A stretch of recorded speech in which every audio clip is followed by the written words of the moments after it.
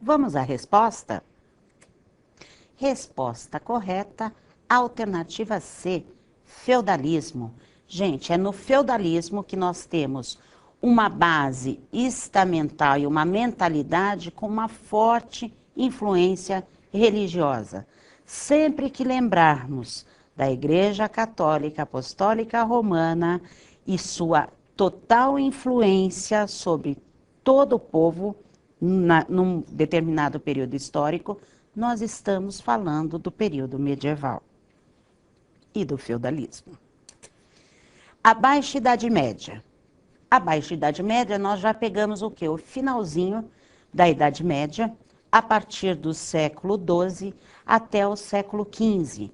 A Baixa Idade Média, ela vai representar um momento onde nós começaremos a ter um pouco mais de acesso ao conhecimento e isso vai modificar e muito aquela realidade. Nós temos também um ressurgimento do comércio.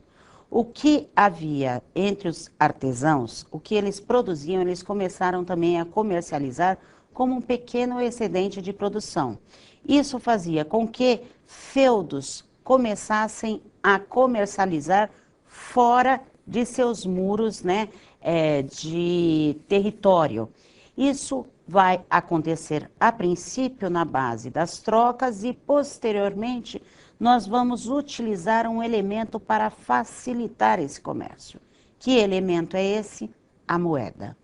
Então tem surgimento de novas técnicas agrícolas, possibilitando a comercialização do excedente. E o que acontece? Esse comércio, ele é realizado normalmente numa grande edificação que tem no meio da floresta.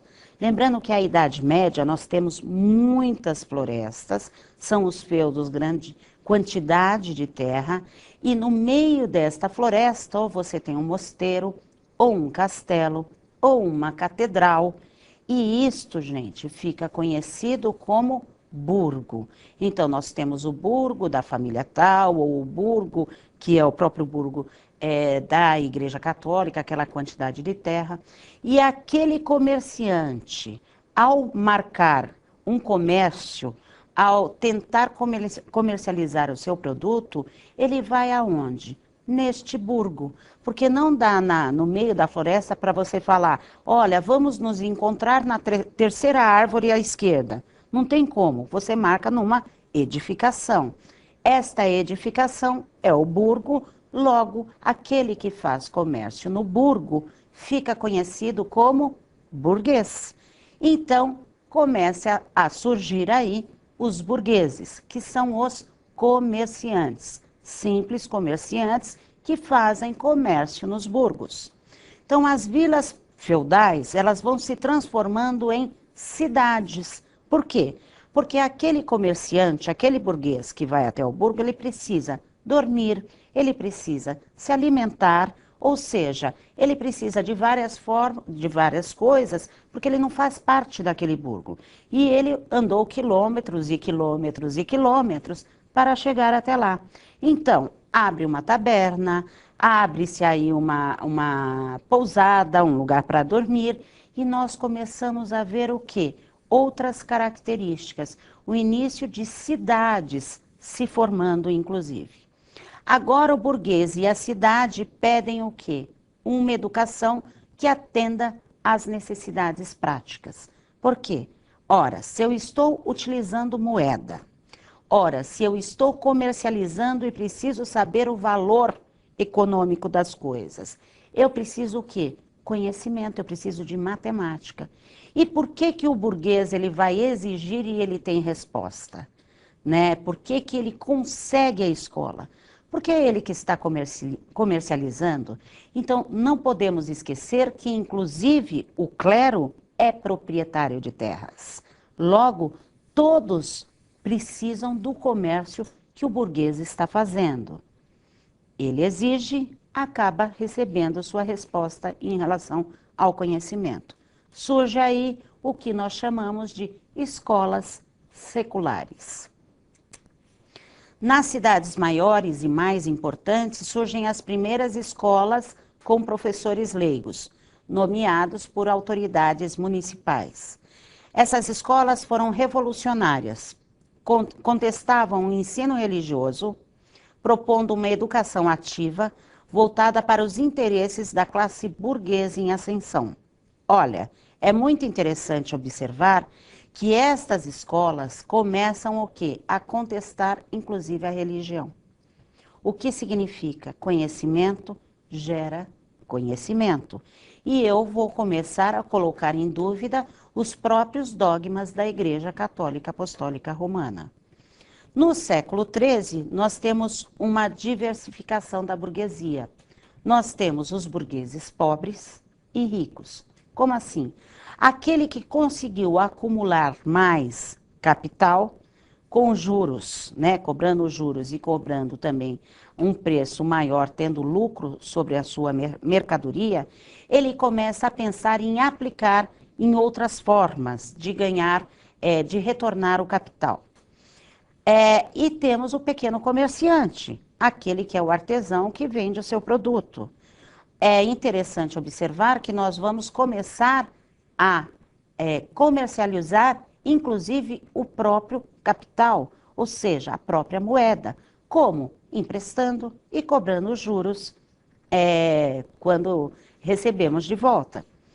A burguesia rica se aproxima aí mais do que dos interesses da nobreza, enquanto a grande parte do pequeno comerciante, o pequeno burguês, ele acaba tendo um distanciamento de todo esse lucro, né, de toda esta relação com este grande capital que começa a ser acumulado. Dentro disso, nós vemos o quê? Nós temos as pequenas escolas e temos a formação dos artesãos. Como é essa formação? São as corporações de ofício, que são associações existentes no final da Idade Média, que reúnem trabalhadores de uma mesma profissão. Ou seja, se eu sou sapateiro, eu vou ter aí uma corporação de ofício, ou seja, muitos sapateiros que vão estar julgando, inclusive, o trabalho de outros, daqueles aprendizes de sapateiro. Existiam corporações de ofícios de diversos tipos, carpinteiro, alfaiate, sapateiro, padeiro, etc. Tudo que era necessário naquele período para a própria vida, né, em sociedade. Essas associações serviam para defender os interesses trabalhistas e econômicos dos trabalhadores. Cada profissional contribuía com uma taxa para manter a associação em funcionamento. E é muito interessante como funcionam essas corporações, porque você aprende com o artesão e, posteriormente, você é julgado por essa corporação para saber se você pode ter o título de oficial ou não, ou seja, o título de mestre para trabalhar naquele ofício. Desde o século IV depois de Cristo até o século XV, a história do conhecimento fica dividida. De um lado, o conhecimento dos mosteiros, dedicado a cultivar teologia, filosofia, literatura, estudo dos fenômenos naturais, sempre do ponto de vista religioso, legitimando o poder da nobreza e da igreja. Costumamos dizer que este é o período que a razão está a serviço da fé. Por outro lado, existiu o conhecimento dos estudiosos livres pensadores da natureza, alquimistas, magos, bruxos, entre aspas, porque conheciam os elementos naturais, que procuravam desvendar o que estava oculto por trás das aparências. A produção do conhecimento tinha o centro, em seu centro, e elite no seio das hierarquias religiosas, ou seja, o clero define o modo de ser, agir e pensar do sujeito nesta sociedade. Portanto, era mantido um severo controle sobre os produtos do saber. O conhecimento humano deveria estar voltando para fundamentar, legitimar e difundir as verdades contidas nas Sagradas Escrituras e, portanto, glorificar o reino de Deus. O conhecimento que não tivesse exatamente esta finalidade era considerado herege, ou seja, o conhecimento do mago, da bruxa, etc., era considerado uma heresia. Os dogmas religiosos não poderiam ser contestados jamais, muito menos pelos estudos científicos. E aí, dos momentos que a ciência foi julgada muito fortemente pela igreja, foi o momento em que nós começamos a desconfiar desse conhecimento medieval.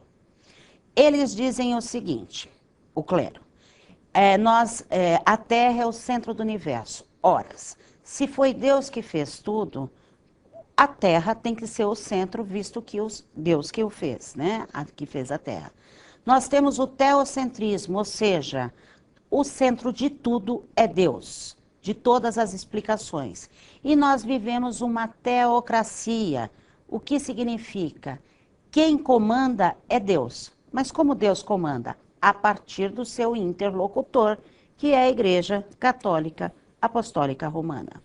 A educação é para poucos, grande parte da população medieval é analfabeta e não tem acesso a livros. A igreja, por sua vez, é responsável pelo ensino que acontecia nas escolas monacais, nas escolas episcopais, nas escolas abaciais ou palatinas. Ensinava-se latim, doutrina religiosa e tática de guerra. De forma didática, durante a Idade Média, a educação apresentou duas tendências básicas: educação patrística e educação escolástica. A educação patrística foi uma linha de pensamento desenvolvida pelos padres da Igreja durante os primeiros séculos do cristianismo.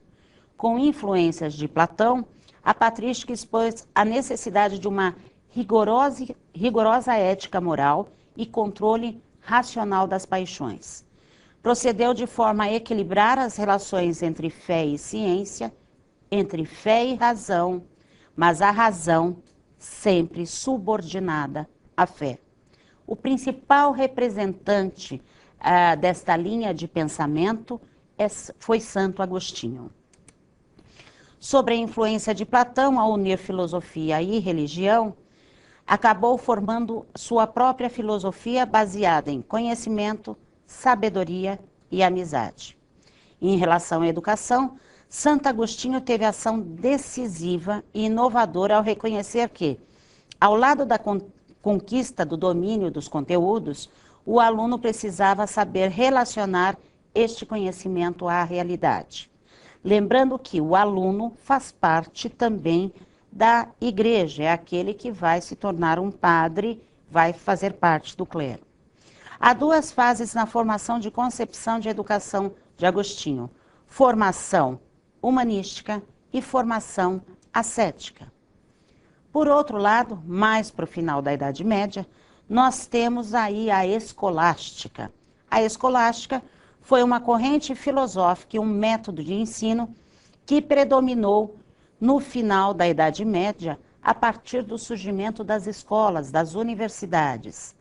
A escolástica sobressaiu-se e desenvolveu-se na Europa medieval, do século XI até o período do Renascimento.